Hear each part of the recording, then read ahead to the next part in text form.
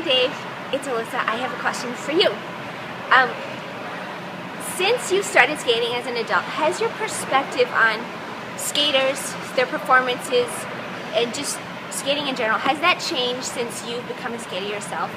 And how has that changed? Hi Alyssa, it's Jenny. And it's Dave, and I'd like to thank you so much for your question. So, being an adult skater now and being a blogger before, has my perspective changed? Has my scandalous opinion of the skating world changed? Yes and no.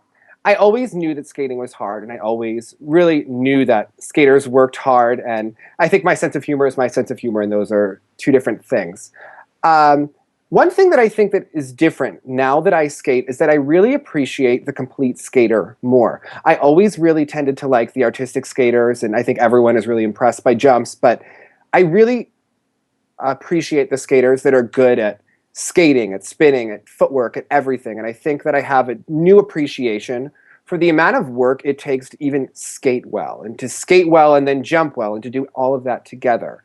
And the other thing that I think, looking back, that has changed my perspective is the whole thing about people's love for the sport. Because I think that people might get into the sport and they love it, and then it becomes almost like a neurotic, obsessive pursuit to where you need to be successful. And I think that people lose that love along the way. And I don't think that there's anything wrong with that. I think that it's natural.